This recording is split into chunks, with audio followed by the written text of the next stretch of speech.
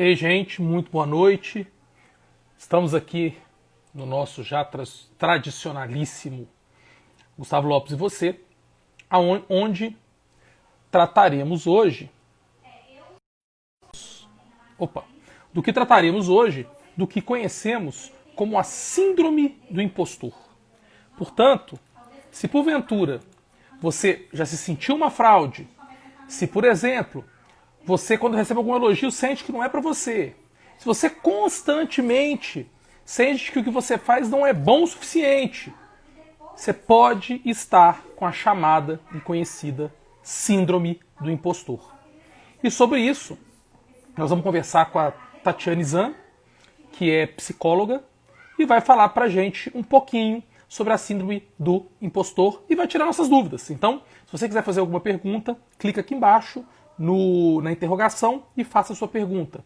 Convide os seus amigos. Clica aqui também nesse aviãozinho e convide seus amigos. Eu vi que a Tati já está aqui online.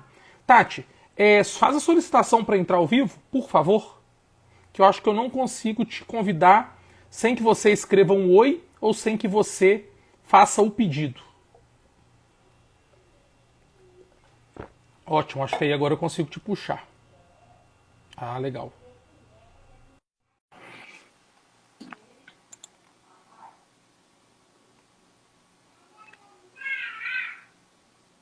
Vamos lá, estamos entrando ao vivo. Paulinha, vamos deixar a live salva assim. Todas as lives que a gente faz aqui, todas as conversas que a gente tem, eu deixo ela aqui no IGTV e deixo ela também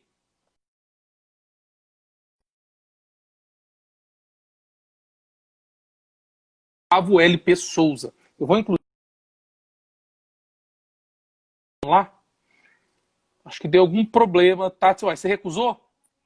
Deixa eu te chamar de novo. Transmitir ao vivo. Tô te chamando aí.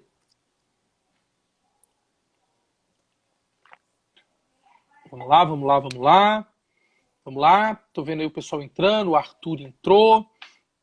A Comissão de Direito Esportivo da OAB da Bahia, que honra. Acessando a gente também. Na verdade, esse é um assunto muito importante, muito relevante para todo profissional. E é muito mais comum no mundo corporativo do que a gente imagina, tá, gente? As pessoas se sentirem fraude. E quando isso acontece, a Tati recusou de novo. Tati, você tá me vendo? Tá aí online? Pede você. Pede você. Você consegue pedir para entrar. Vou tentar de novo aqui, ó. Deixa eu fixar um comentário aqui. Pessoal, enquanto isso, o pessoal vai entrando, convidem seus amigos, nós vamos falar sobre a Síndrome do Impostor. Já vou te puxar, Tati, estou só escrevendo aqui o tema para que o pessoal entre e saiba. Síndrome do Impostor, publicar, fixar comentário. Vamos ver. Sua conexão tá boa? Vamos lá, vamos ver se agora vai. O André entrando, a Bianca entrando, o Opa G entrando, Natália Cris 13 entrando. André que tá em Ouro Preto, né, André? Que fotos bonitas. Ouro Preto é um pouquinho da Europa do Brasil. Eu vejo as fotos do Ouro Preto, eu tenho a sensação que eu tô vendo fotos de Portugal, das cidades com aquela arquitetura barroca portuguesa. Então a gente tá dando algum pau. Ô, Tati, tenta sair. Paula Marie também tá aí online. Paula, eu vou levar meu bonsai para você esse final de semana, porque eu tô achando que eu tô matando ele. Tô bem triste com isso. Tati, cancela, sai e entra de novo. Você não está acessando do computador, não, né? Você está no celular. Sai e entra de novo. Aí sai da minha live e retorna nela. Por favor. Então, sai da live, aí entra de novo e me dá um olá. Bom, ela vai tentar de novo? Então vamos tentar de novo.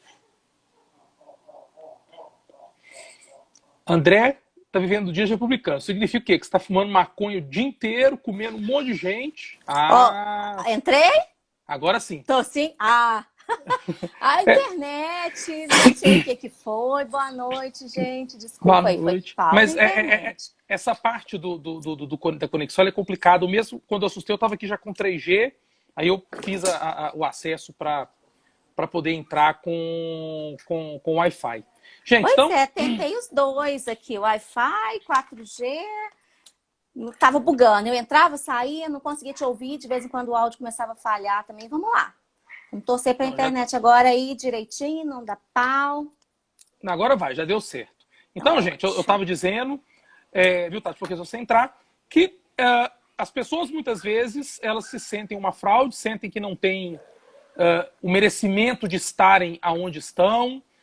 Muitas vezes elas podem sentir constantemente que elas são uma fraude no trabalho e que a qualquer momento serão descobertas. Elas podem sentir um excesso de insegurança quando vai exercer as suas funções e que muitas vezes não é segurança. E as pessoas podem, portanto, estar sofrendo da síndrome do impostor. Antes até de a gente fazer perguntas específicas, e galera, fiquem à vontade, mandem perguntas aqui. Para psicologia, o que é uma síndrome? Pois é. Bom, deixa eu falar. Oi, gente. Agora tô aqui. Boa noite, todo mundo. Eu sou Tatiane Zan, sou psicóloga, sou terapeuta familiar sistêmica. Trabalho aí, né? Não sei se eu cheguei aqui, fiquei perdida um pouquinho porque o áudio não estava funcionando, então não sei se o Gustavo me apresentou. Eu trabalho com crianças, adolescentes, família, casal. E obrigada pelo convite, viu, Gustavo, para estar aqui falando hoje sobre a síndrome do impostor. A honra é minha, na verdade. Eu tenho insistido para a gente poder fazer essa live já há algum tempo. E a Tati um pouco arredia com redes sociais e, enfim, deu certo. Cara, Arthur, eu tô perguntando se a fantasia de abelha foi intencional. Cara, sempre que eu visto essa blusa, eu lembro do Berol. Berol é um amigo nosso de São Paulo, que ele vira pra mim, ele me vê com essa blusa e fala assim, Gustavo, o que você tá fazendo vestido de abelha? Quando eu peguei essa camisa agora, eu lembrei do Berol. E aí o Arthur foi na mosca igual o Berol, tô fantasiado de abelha. Não é de propósito, não, foi sem querer. Mas aí, Tati, para psicologia, o que significa uma síndrome? Então, na verdade, a síndrome, né? Eu ia até brincar assim, falando, gente, o que é a síndrome do impostor? Porque muita gente acha que a síndrome do impostor é exatamente aquela pessoa que toma o lugar de alguém, que rouba o espaço de alguém, né? Que finge ser uma pessoa que não é. O bom é que você já até elucidou, já deu aí, né? Falou. Não, mas eu fiz a introdução jornalística, nada técnico. Eu fiz a introdução jornalística. Então, a síndrome é um conjunto de sintomas, né? Toda síndrome é caracterizada não por um sintoma, mas por um conjunto de sintomas. Então, a síndrome do impostor, ela não é uma doença. Ela não está no DSM-V, não tem um CID que caracteriza a síndrome. Então, ela é um sintoma. É uma sensação, é um pensamento que, vez ou outra, todos nós, já ao longo da nossa vida, já devemos ter sentido. Certo? Então, respondido, síndrome é um conjunto de sintomas. Então, a síndrome do impostor tem vários sintomas. E não é considerado doença, não tem uma descrição, né, na classificação de doenças, mas ela pode ocasionar doenças, levar a adoecimento, como também ela pode ser características de patologia. Ou de patologias, como, por exemplo, a ansiedade, a depressão. Porque foi interessante quando eu comentava do tema, até o Arthur que está assistindo a gente, inclusive eu quero fazer uma live com o Arthur sobre economia doméstica. O Arthur tem boas dicas de economia doméstica. E ele, quando a gente vai, pô, mas esse tema e tal, e ele ia muito para esse lado, de que a gente estaria tratando de impostores, de pessoas que fazem o que elas não são. E na verdade, não é isso. Né?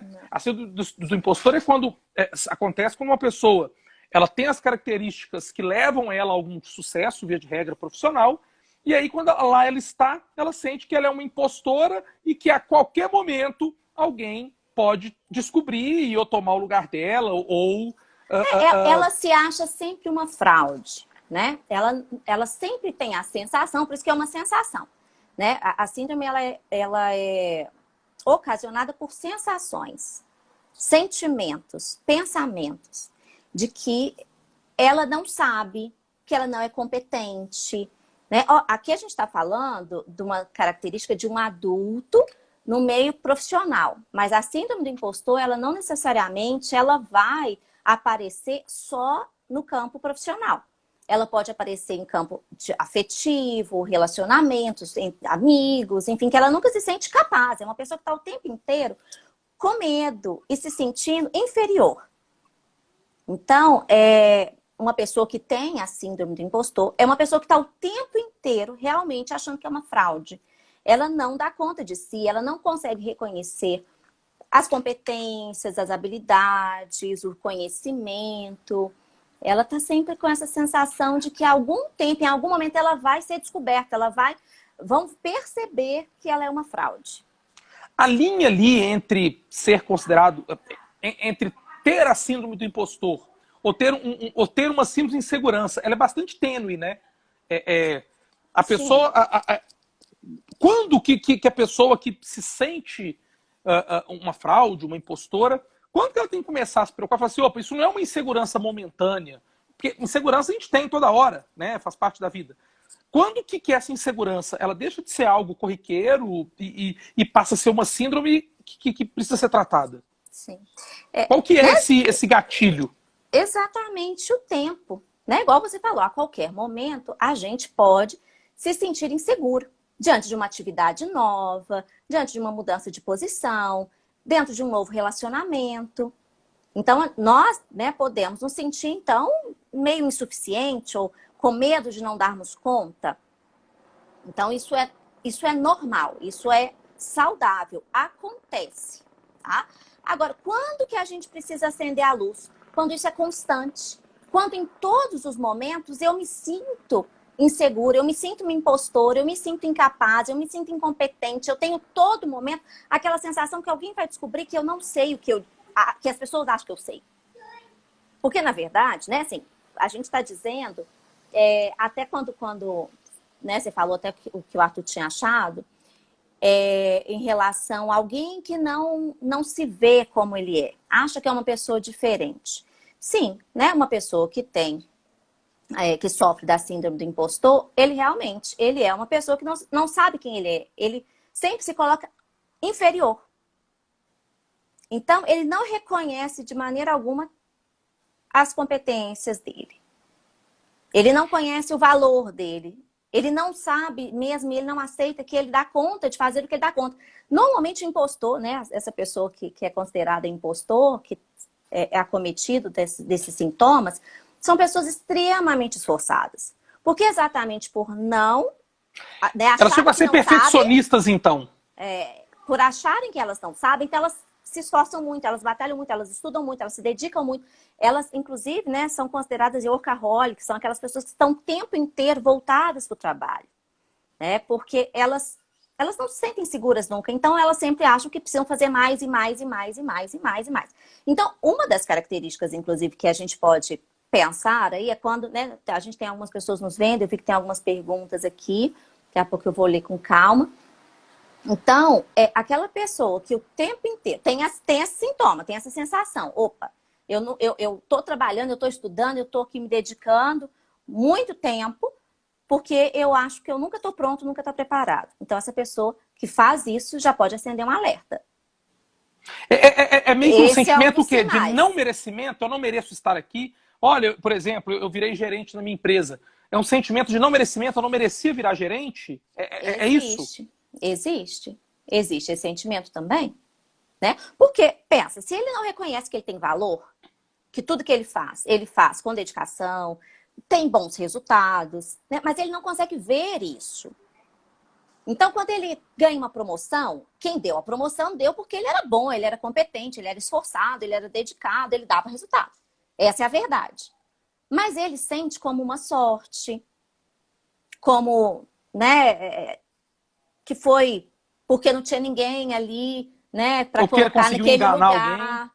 Porque, né, fraudou, porque ele é bonzinho. Normalmente, quem sofre são aquelas pessoas que estão solistas o tempo inteiro. Então, ele foi bonzinho demais, então ficaram com dó e deram para ele aquela posição. Mas nunca porque ele é competente, porque ele mereceu, porque ele trabalhou, porque ele batalhou. Nunca ele consegue reconhecer todo o esforço dele. O Arthur está perguntando se existe uma relação entre a síndrome do impostor e a baixa autoestima. Sim, total, né? O impostor, né? Eu vou chamar de impostor aqui, vocês entendam que são, né, as pessoas, os indivíduos que têm essa síndrome. Isso.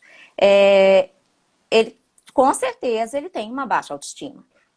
Ele não reconhece de maneira alguma o valor dele.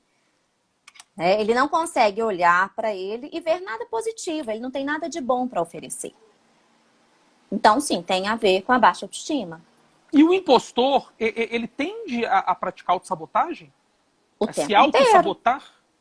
O tempo inteiro. Como ele tem medo de ser reconhecido, né, no sentido de fraudulento, de não competente, então ele vai, sim, se autossabotar muitas vezes. Como? Né? Não fazendo, atrasando uma tarefa, se escondendo, né? Ele não quer aparecer, porque se ele fica visível demais, ele pode ser descoberto. Então, sim, tem uma autossabotagem. Né? Ele fica lutando contra ele mesmo. Gente, é muito triste. Né? Uma pessoa que o tempo inteiro vive com medo. E esse medo da descoberta, né? A gente fica pensando, por exemplo, uma criança, um adolescente, ou a gente mesmo como adulto, a gente faz alguma coisa errada e a gente fica com medo de ser descoberto. Mas a gente fica com medo pontualmente naquela coisa que a gente fez de errado. Né? O indivíduo, o impostor, ele está o tempo inteiro com esse sentimento. Ele acorda com esse sentimento, ele passa o dia com esse sentimento, ele dorme com esse sentimento, ele trabalha com esse sentimento. Isso provavelmente vai levá-lo a ter uma dependência exagerada de uma aprovação, talvez.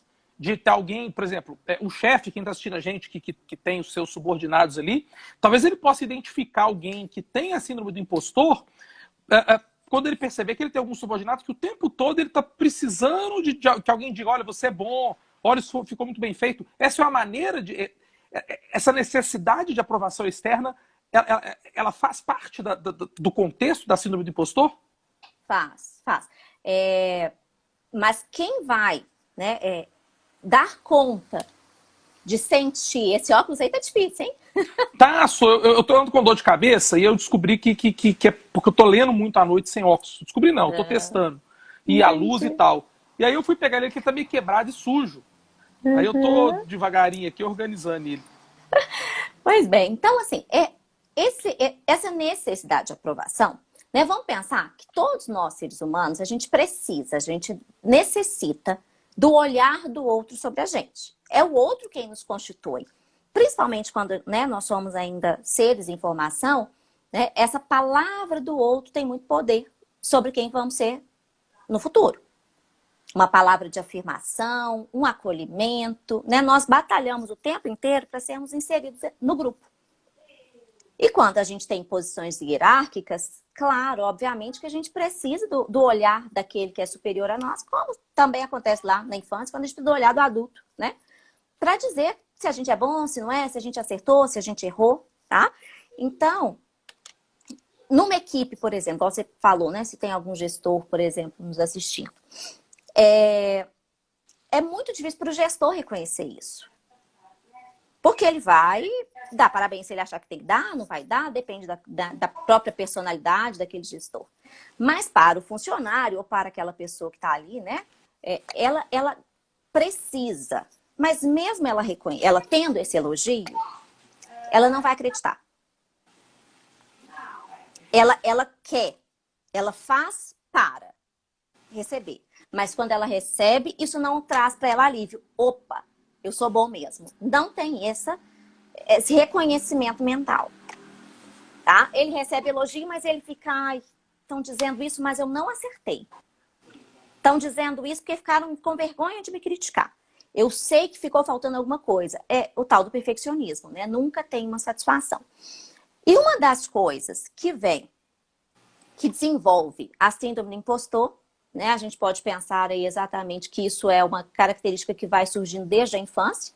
É algo que vem, né, nos acompanhando esse indivíduo desde a sua formação básica. São familiares que o tempo inteiro ficam criticando. Fazem críticas, fazem comparações, elogiam só quando há algo realmente sobrenatural, aquela criança, aquele adolescente fez algo up, assim, maravilhoso. Então, ele tem um elogio. Quando não tem essa coisa assim, sobremaneira, um destaque da turma, por exemplo, os pais não elogiam. Então, fica um alerta aí para quem tem filhos, né? Para que cuidem para que os filhos não cresçam desenvolvendo essa síndrome, né?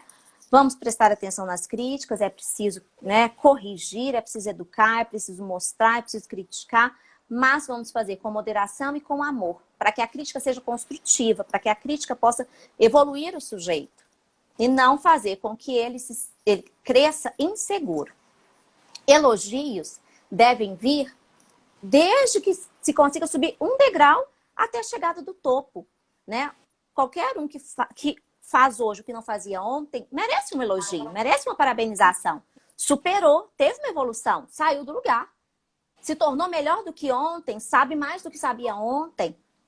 Então, essa formação ela é importante para o bom desenvolvimento, para que numa fase adulta esse sujeito não desenvolva a síndrome. Como eu disse, todos nós vamos sentir uma hora ou outra insegurança. A questão é quando se torna uma patologia. Você falou alguma coisa interessante sobre educação de crianças. É um tanto quanto comum, até que meio que natural, e aí eu falo até por mim, né? Eu tô com 2 bebês em casa, faz 1 ano e 10 meses depois da manhã, o outro faz 5 meses daqui a 10 dias, quer dizer, uma distância muito próxima. E naturalmente eu acabo comparando. Olha, o Gustavo Henrique quando tinha essa idade, isso. Olha, né? Comparando. Não é emitindo juízo de valor, é comparando. Sim. É uma comparação ainda que a gente faz, no sentido de falar assim, opa, daqui a 2 meses ele vai dormir um pouquinho mais, eu preciso me preocupar menos. Ainda é uma preocupação muito voltada São ciclos pela experiência. Pela fase. Uhum, pois é, mas aí que vem um ponto. Eu me lembro quando eu era criança, e aí talvez, você falando sobre criação, talvez seja um cuidado, e aí eu quero ouvir de você. Às vezes os pais estabelecem competições entre os próprios irmãos. Olha, o seu irmão fez a tarefa toda, você não está conseguindo fazer. Ou até com pessoas próximas, com um primo. Nossa, o primo é muito inteligente, ele passou de ano, você está lutando aí para passar. Essa comparação constante, ou esse meio que incentiva uma competição, um tanto quanto desnecessária, pode contribuir para formar um adulto que se sinta um impostor? Pode sim. Né? Comparação não é bom em hipótese alguma. Tá? Porque a gente tem que entender que cada indivíduo é cada indivíduo. Né? Você tem 2 filhos, você vai perceber ao longo do desenvolvimento, principalmente quando estiver na fase de desenvolvimento cognitivo, quando estiverem na escola, você vai perceber que alguém vai tender mais para um lado, vai ser melhor na matemática, o outro vai ser melhor na biologia. E não tem um melhor que o outro. Tem alguém que tem uma habilidade maior para uma coisa, outro para outra coisa. Os 2 são bons e podem desenvolver essas habilidades e serem excelentes. Se eu não respeito a individualidade do sujeito e quero colocar todo mundo numa forma, eu vou matar alguma coisa em alguém. Eu vou impedir o crescimento de alguém. Então, nenhum tipo de comparação deve ser feita. Nem dos pais, nem da gente com o colega do lado, com o amigo, com o vizinho. De maneira nenhuma. Olha, né? 2 perguntas... Cada um tem a sua história e isso deve ser levado em consideração. 2 perguntas muito legais. Eu até vou pedir, gente, se vocês puderem fazer a pergunta na interrogação, eu não corro risco de perdê-las, que depende dos comentários eu perco. Eu vou tentar não perder. Primeiro é do Vinícius Fragoso, que está assistindo a gente lá desde Curitiba.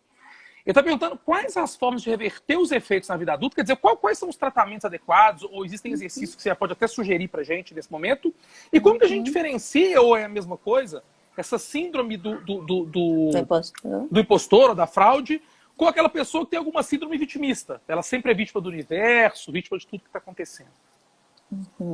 Vamos lá, né? Tratamentos a gente já estava planejando falar, mas a gente pode antecipar. Pois bem.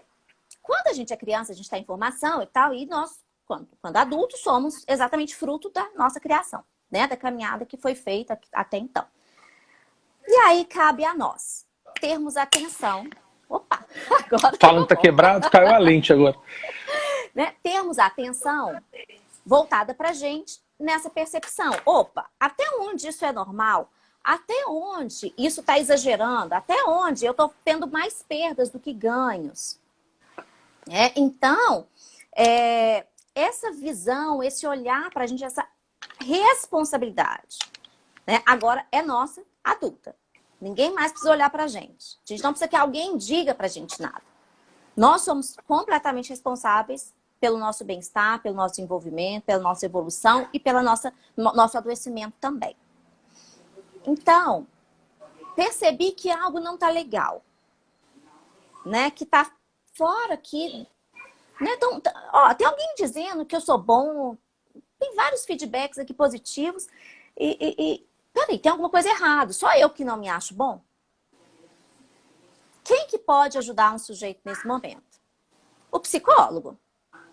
Porque o psicólogo, dentro de um processo terapêutico, vai te ajudar a se olhar melhor, vai conhecer um pouco da sua trajetória, vai te fazer olhar para essa caminhada e ressignificar, tirar as crenças limitantes. A Marcela até comentou que das crenças, né? Vai trabalhar as crenças limitantes, ampliando, abrindo espaço para novas perspectivas, para uma nova caminhada, para um novo olhar sobre si, para uma apropriação e reconhecimento do sujeito de como ele é, com todas as suas capacidades e também incapacidades. Tá? É importante que a gente saiba que a gente não sabe tudo, que a gente não dá conta de tudo e tá tudo bem. Então, o psicólogo vai ajudar nesse processo. Muitas vezes vai ser necessária a entrada também do psiquiatra. E por quê? Porque algumas coisas já se tornou tão grave, né, que vai precisar do medicamento para ter estabilidade. Então, são os dois profissionais que devem ser procurados quando a doença já está muito avançada, quando já está tendo muito prejuízo na vida diária. Está tendo prejuízo profissional, afetivo, social, né? Aí muitas vezes a entrada de um medicamento vai ser, assim, com certeza necessária. Talvez seja aquele cara que ele se sente tão impostor que para ele, às vezes, pedir um aumento é uma luta, porque fala, puxa, eu já estou ganhando isso aqui, eu não vou conseguir, eu não mereço ganhar mais, aí o Exato. cara... Isso não passa nem pela cabeça do impostor. Né? É a sensação o tempo inteiro que ele não merece. Ele tá ali porque Deus é bom demais, porque ele é amigo do chefe. Deixa eu ficar quietinho aqui, porque se eu mexer, me tiram daqui, aí fudeu, descobre, eu não volto. Exato. A Lozinha fez uma pergunta muito legal. Peraí, só um pouquinho, que tinha um pedacinho dessa pergunta aí, que foi da comparação. Perdão. Como diferenciar a síndrome do impostor do vitimismo? Então, a síndrome do impostor, né? O impostor, ele não tem consciência, né, que tem algo de errado, tá? Então, por exemplo, se ele tá aqui vendo a gente, ele vai começar a pegar lá as características, ó, né? Eu às vezes procrastino, eu fico me auto-sabotando, eu deixo de entregar uma coisa, eu deixo de aparecer, eu deixo de me candidatar para aceitar um desafio, eu deixo de me relacionar, eu fico me comparando com os outros, eu tenho medo de me expor. Então, eu tô me reconhecendo e tal. Só assim que ele vai dar conta. O vitimista é aquele cara que ele realmente, ele não faz nada. Ele não estuda, ele não trabalha, ele não faz, ele tem entrega toda torta, toda esquisita, né? Então, assim, ele realmente não merece, não é porque alguém... Normalmente ele vai dizer assim, ninguém me reconhece. Eu não sou o vitimista talvez busque uma justificativa para o seu fracasso. Ele é um fracassado, ele realmente não merece, tudo é errado, porque ele é ruim mesmo, e aí ele se faz de vítima para justificar para ele mesmo. É por aí? Sim, para se eximir da responsabilidade de que ele não dá conta, ele não faz, ele não recebe, porque ele não se movimenta. Então, o outro é muito esforçado, ele não reconhece nem aceita o reconhecimento. O vitimista é aquele que não faz e para justificar, né, o que ele não fez, ele culpa o outro, ele responsabiliza o outro.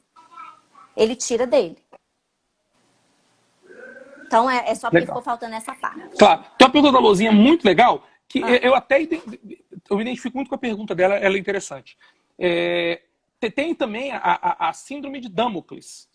Damocles era aquele personagem da mitologia grega, que era um rei, aí tem a história toda, e a pena que os deuses impõem a ele é que ele se sentaria assim no trono, mas sobre a cabeça dele ficaria uma espada com um fio de nylon que poderia se romper a qualquer momento, e a espada que caía na cabeça dele. Quer dizer, estava tudo bem, ele era o rei, mandava e desmandava, mas tinha aquela espadinha cutucando a cabeça dele.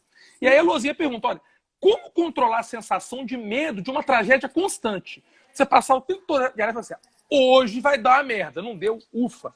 Amanhã vai dar uma merda. Como é que é? Como lidar com essa sensação? Não, E superá-la. Possivelmente, essa pessoa que tem essa sensação, ela está vivendo numa crise de ansiedade. Ela está vivendo um processo de uma ansiedade patológica. Né? Essa sensação o tempo inteiro que algo vai dar ruim, que algo, né, vai sair fora do trilho. Né? Isso é um sintoma de ansiedade. Não de uma ansiedade saudável, mas de uma ansiedade patológica. Como superar isso? Terapia e, dependendo do grau, medicamento. E aí pode, obviamente, atividade física para diminuir o nível de ansiedade, de estresse. Né? Mas esse medo exagerado são características de sintomas características de pessoas muito ansiosas. E aí, para lidar, é tratamento psicológico e talvez psiquiátrico também. Sim, sim. Dependendo já, né, do comprometimento, e novamente a gente fala, né, se é algo que realmente a pessoa não dá conta mais, que mesmo dentro de um processo terapêutico, mesmo com a ajuda aí de atividade física, de explosão, de grande impacto, né, para liberar um pouco, ainda assim não consegue, muitas vezes tem que entrar com medicamento, um ansiolítico, para poder fazer diminuir essa pressão aí no cérebro. O Arthur fez uma pergunta interessante. Tem uma passagem do Shakespeare, eu não vou me lembrar agora exatamente qual que ele fala que o tolo sempre pensa que é um sábio, mas o sábio também acha que o sábio se vê como um tolo. E aí tem um estudo, vou tentar lembrar o nome dos caras, Dunning-Kruger, alguma coisa assim, e depois esse estudo leva o nome deles, efeito Dunning-Kruger, algo assim, que é o contrário do impostor. Eles concluem lá no estudo que eles fizeram que quanto mais incompetente a pessoa é, mais ela tende a superestimar os atos dela. Então, às vezes ela tem um grau tão alto de incompetência que ela tende a supervalorizar aquilo o pouco que ela tem de bom, e aí ela se acha um Deus. E é a pergunta dele. Aquela pessoa que é ruim de serviço, mas se porta como se fosse Deus. Então, se tem alguém assistindo aqui que se acha bom demais, você pode estar tendo uma síndrome contrária, um efeito contrário. Isso pode acontecer, né? Pode sim, né? E aí, o que faz?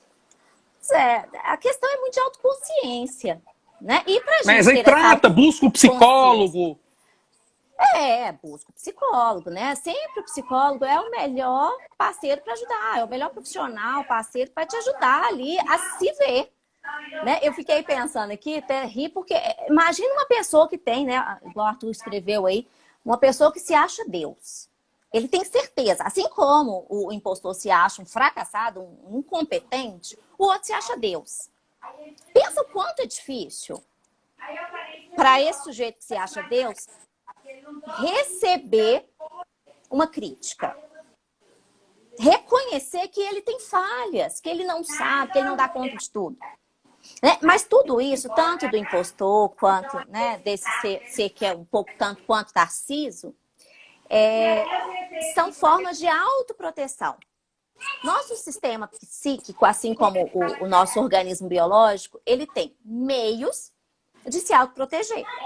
Quando é invadido ou quando tem medo de ser invadido por um organismo estranho, a gente cria, né, alguma coisa. Né? A gente tem as células e a gente tem essas síndromes aí, essas doenças, esses sintomas que também servem como uma autoproteção do nosso ego. Tudo é para proteger o nosso eu.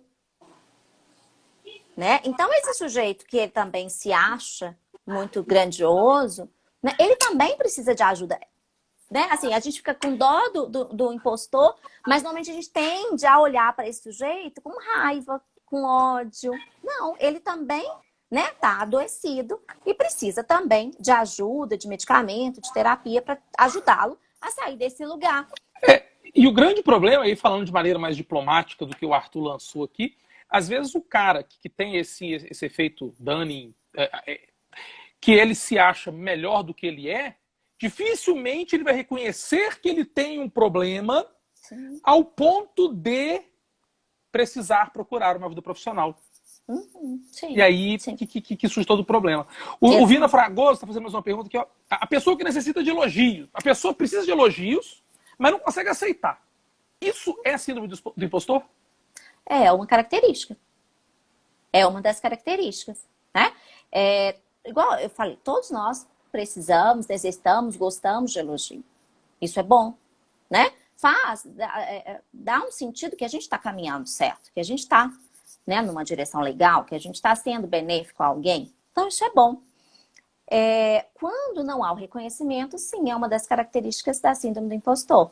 Né? Como a gente falou, essa questão de um não reconhecimento do mérito, né? Quando alguém elogia ou quando tem uma promoção, o impostor ele sempre acha que não foi merecedor, né? Que aquilo não é para ele, não faz sentido para ele. Pois é, mas aí eu acho que também a gente tem que tomar cuidado, e aí, naturalmente, eu estou falando como leigo, e aí estou lançando a pergunta, a gente tem que tomar cuidado porque se sentir envergonhado quando alguém te elogia, talvez seja normal. O Arthur está dizendo que ele tem dificuldade de receber elogio. Eu acho que todo mundo se sente um pouco envergonhado quando alguém elogia. Eu acho que isso é meio que natural. Talvez... Não, natural é comum, não é saudável. Comum. Tá. Como que eu vou perceber? Opa, eu não sou bom de receber elogio. Tá, eu não sou bom porque eu fico envergonhado, mas eu entendo que eu mereci. Isso. É isso, eu fiquei envergonhado, mas eu mereci, eu fui bom mesmo. Eu não tô tendo a síndrome de impostor. Agora, se eu me sinto envergonhado e falar, caramba, esse povo tá achando que eu fiz coisa demais. Aí é sinal que muito provavelmente eu tô sendo picado pela síndrome do impostor. Lembrando que a síndrome são vários sintomas. Se eu tiver um sintoma só, não quer dizer que eu tenho a síndrome. Eu tenho todos os sintomas, ou a maioria dos sintomas, sim, eu tenho a síndrome. Né? A questão da dificuldade de receber elogios, ela está muito ligada à dificuldade de troca. O Arthur está perguntando, explica mais. Não é saudável ficar envergonhado, explica mais. Estou explicando. Né? Então, assim, está associado ao não equilíbrio entre o dar e o receber. A nossa vida, né, a gente precisa ter esse desenvolvimento, esse aprendizado, né, de dar e receber. Se eu sei dar, eu preciso aprender também a receber dentro de um equilíbrio. Tá? Se eu sei receber, eu também preciso aprender a dar dentro de um equilíbrio. Então, dar e receber é saudável, é necessário e faz parte da nossa constituição social, da nossa vida, como seres humanos. Tá? Uma pessoa que tem dificuldade de receber, seja presente, seja elogio, seja aumento, seja reconhecimento, é uma pessoa também que normalmente tem dificuldade de dar. Ficou claro? Arthur que Ótimo. perguntou. A Cal Pimenta já está dizendo o seguinte, ó. Ei, Cá. O excesso de ansiedade pode se fazer pensar ser um impostor? Por exemplo, a ansiedade é tão grande que a pessoa acaba não se sentindo merecedora. Trocando em miúdos. É possível que a pessoa não tenha a síndrome de impostor, que o que ela tenha seja uma ansiedade e que essa ansiedade reflita ou se materialize num sentimento de não merecimento. É possível? Então, é possível, mas não por causa de um excesso de ansiedade. Como eu disse, né, uma pessoa que tem a síndrome do impostor, ela vai tender a desenvolver alguma doença. Normalmente, a depressão e a ansiedade. Ou também, né, um impostor, ele pode ser, né, ele pode desenvolver aí a síndrome sendo um ansioso, sendo um depressivo, sendo uma pessoa que tem déficit de atenção, tá? Então, quem tem essas doenças tem possibilidade, sim, de desenvolver a síndrome como mais um componente, né, dificultador de uma vida saudável. Então, assim, o excesso de ansiedade pode desenvolver a síndrome? Pode fazer com que o sujeito tenha síndrome? Pode. Como pode ser resultado da doença. Como eu disse, um ansioso, um TDAH, ele pode, sim, né, ter aí, dentro dos agravamentos da doença dele, a síndrome do impostor. Como uma consequência daquele excesso É, de ansiedade. Ah, sim. vai lá, completa, por favor. Não, só para entender assim, não é porque a pessoa é ansiosa que ele vai ter a síndrome do impostor. É só isso que precisa ficar muito claro, tá? Porque senão todo ansioso daqui a pouco vai achar que é impostor. Não. Tem muito ansioso extremamente competente, que reconhece, que dá conta, né, de se promover, e que tá tudo bem, tá? Depressivo já é mais difícil, claro, né? Porque o depressivo tem dificuldade de movimentos, mas uma pessoa ansiosa pode sim desencadear a síndrome do impostor. Aquela pessoa que fica querendo agradar todo mundo a todo tempo, né? Que se às vezes chega no final de semana para não falar um não para alguém, para ir numa festa, ele se desdobra, vai em 2, 3, 4, 5 compromissos sociais no final de semana para não desagradar ninguém, e que tem aquela mania de sempre se comparar, você está conversando com a pessoa, você fala assim, eu comprei um óculos, nossa, mas eu comprei um óculos muito melhor.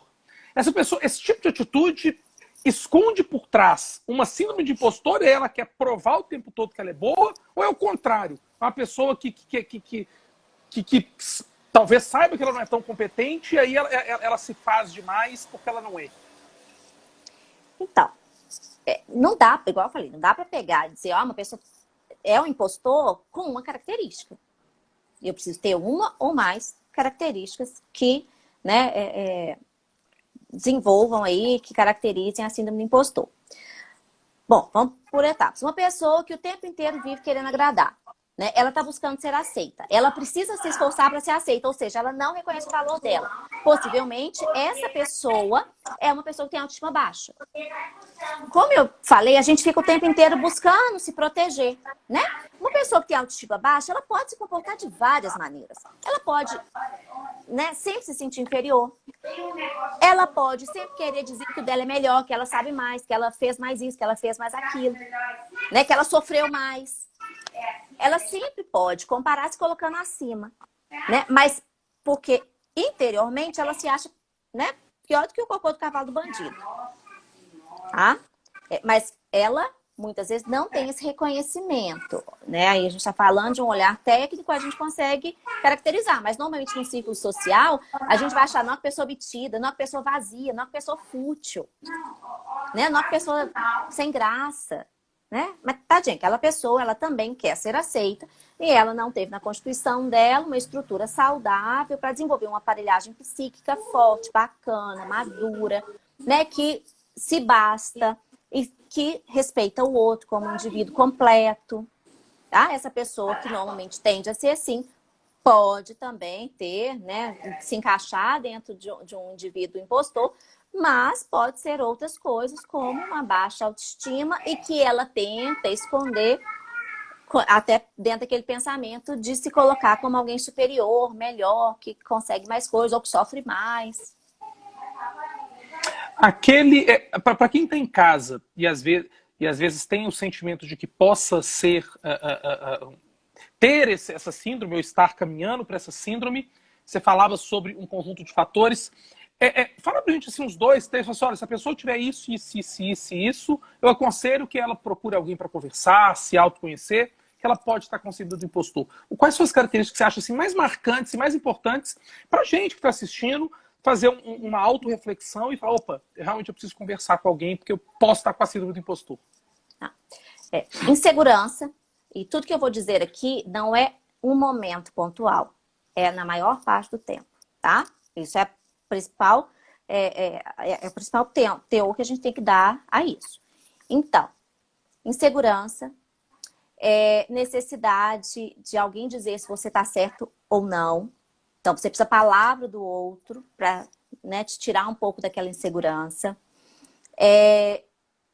Dificuldade de tomar a frente das coisas, de decidir, de escolher. Você sempre está na berlinda ali, esperando que alguém faça algo. Dificuldade de aparecer, de se mostrar.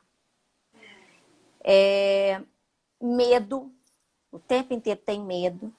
A sensação de ser um enganador, de ser uma fraude, de não ser uma pessoa verdadeira. Essa talvez seja, né, a principal característica. o medo de ser descoberto, Da máscara cair, né? da máscara cair, de realmente te verem como alguém que não sabe. Esse pensamento do não saber, ele é constante, ele é frequente.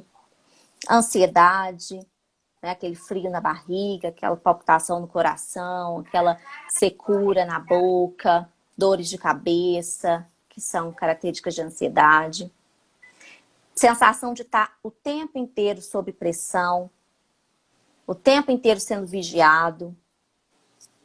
Então, são algumas das características que, se a pessoa tiver, por exemplo, eu falei 9 características. Se ela tiver 8, 7, está na hora de procurar. Obviamente que, né, as características ela pode também aparecer em pessoas ansiosas, patológicas.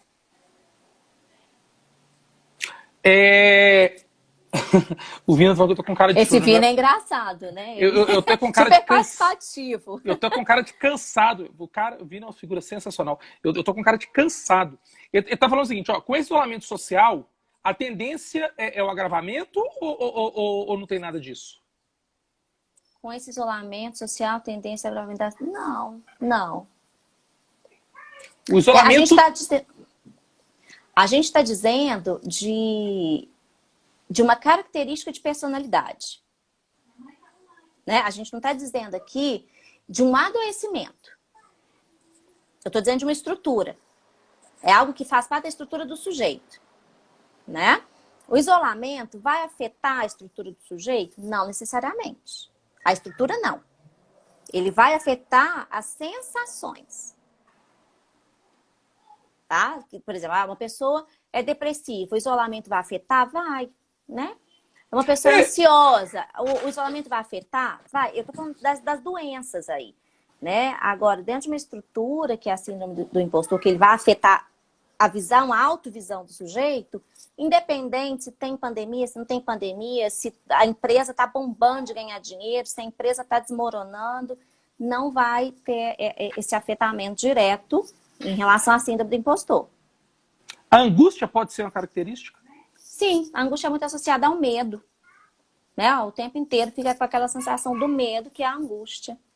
E voltando à história do isolamento da pandemia, o Arthur faz um paralelo ali, que ele fala, olha, as escolas hoje tiveram que se reinventar e as aulas passaram a ser online.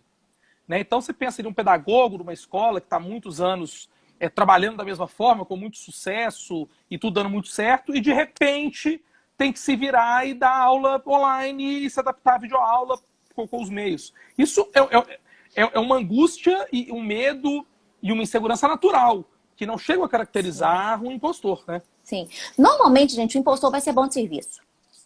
Mesmo diante de um desafio ou algo que não esteja ali dentro daquilo que ele tem conhecimento, ele vai fazer sim.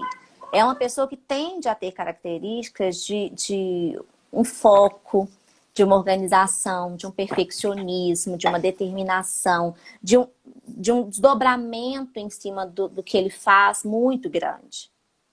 Então, digamos que seja um pedagogo impostor. Um cara fantástico, dá aula, blá, blá, e estava lá no presencial. Ele teve que vir para cá. Ele está o tempo inteiro com medo. Ai, meu Deus do céu, mas eu preciso dar conta e tal, eu sou incapaz. Ele vai assistir tutorial, ele vai pedir alguém para ajudar, ele vai fazer uma aula, ele vai pagar alguém para fazer. Enfim, ele vai se esforçar para conseguir alguma coisa. Normalmente, quem tem a síndrome do impostor são pessoas que são dedicadas. Selma, você tá perguntando se vitimismo faz parte da síndrome do impostor. Eu até falei, não, é uma coisa diferente da outra. O impostor ele não vai sentir uma pessoa digna, tá? Ele não vai se sentir vítima. Ele vai ter um elogio, ele vai achar que ele não merece, que ele não fez nada demais. Nós temos tempo para mais uma pergunta, a gente tem mais 9 minutos de live, da Cal Pimenta. A síndrome é intrínseca? Quer dizer, ela não absorve reflexos externos, correto? Ela está dentro da gente, ela é mais de dentro para fora do que de fora para dentro, é isso? Se a gente for pensar na fase adulta, sim. Se a gente for pensar na fase de desenvolvimento, não. Né? Porque quando eu estou em desenvolvimento, eu recebo de fora e internalizo. Então, isso vem do externo. Eu sou influenciado totalmente pelo lado de fora. Né? E aí isso vai me formando. Agora, quando eu sou adulta, de alguma maneira eu sou esbarrada pelo externo, né? Mas eu sou mais acometida pelo interno. Sensacional. Tati, muito bom. Papo legal demais. A gente tem 8 minutos de live. Eu queria que você aproveitasse esse finalzinho, no máximo 8 minutos, porque daqui a pouco eles começam a dar aquela contagem agressiva, aí que mata a gente de ansiedade. Eu queria que nesse finalzinho você falasse um pouquinho aí mais especificamente do seu trabalho e como que as pessoas chegam até você, rede social, telefone, consultório, enfim, o espaço para você ficar à vontade. Uau, mas 8 minutos é muito tempo. Então, gente, obrigada, Gu, adorei o bate-papo. Né? Surgiram várias coisas aqui que depois eu acho que serve. Tem mais uma perguntinha aí, ó. Vamos de ver. Outros temas aqui. Teve um aqui que eu vi. Aí, o Bruno Faria. Como se faz para bloquear os pensamentos e controlar os sentimentos que fazem a pessoa se sentir uma impostora? Como fazer para bloquear? Então, gente, pensamento é um trem que a gente não bloqueia. É difícil, né? É um trem que vem. Né? Normalmente eu digo, olha, como é que a gente faz para acalmar o pensamento? Primeiro eu reconheço ele. Eu aceito ele. Eu digo, seja bem-vindo o pensamento. Porque aí você consegue controlá-lo. O que é o controle do pensamento? É o não alimentar o pensamento. Se eu dou alimento para aquele pensamento, ele vai crescer. E ele vai ficar de um tamanho tão gigante que aí vai ficar impossível, né, de controlar. Então, eu recebi o pensamento que veio igual um passarinho, entrou na minha cabeça. Eu olho para aquele pensamento e pergunto para ele, isso é real ou isso é fantasia? Se é fantasia, eu digo tchau para ele. Não tem sentido eu alimentar um pensamento que é fantasioso, que não é real, que não existe. Mas é uma possibilidade, Tatiane. É uma possibilidade, mas não é real, não existe. Pode não ser também. Eu não sei o dia de amanhã, né? Eu não sei daqui a 2 minutos. Se é real, eu pego um papel, uma caneta e coloco problema X, quais são as soluções possíveis para aquele problema. Né? A solução pode ser, inclusive, engavetar o problema, porque eu não tenho solução para aquilo. Então, deixo ali. Pronto. Gente, façam isso. Ó, diminui aquela ansiedade, sua cabeça vai ficar leve, vazia, né? Com espaço para ser preenchida com coisas boas e que fazem sentido. O meu hábito é anotar. Quando alguma coisa me deixando ansioso, eu anoto, e parece que eu passo para o papel e aí eu consigo dormir. Então, às vezes tem alguma coisa me atormentando muito, eu coloco no papel, anoto ali mais ou menos o que eu pensei de solução, e aí a sensação que eu tenho é que aquilo que estava me atormentando, eu joguei para o papel. Isso. É uma possibilidade, com certeza, né? Gente, a galera ali toda falando que álcool é bom, né? O Arthur é uma péssima influência. Péssima influência, olha lá, tanta gente que subiu junto ali falando. Gente, então, né? Para quem chegou aí depois da minha apresentação, eu sou psicóloga, sou terapeuta familiar, sistêmica, faço parte aí da ATF, que é a Associação de Terapia Familiar de Minas Gerais.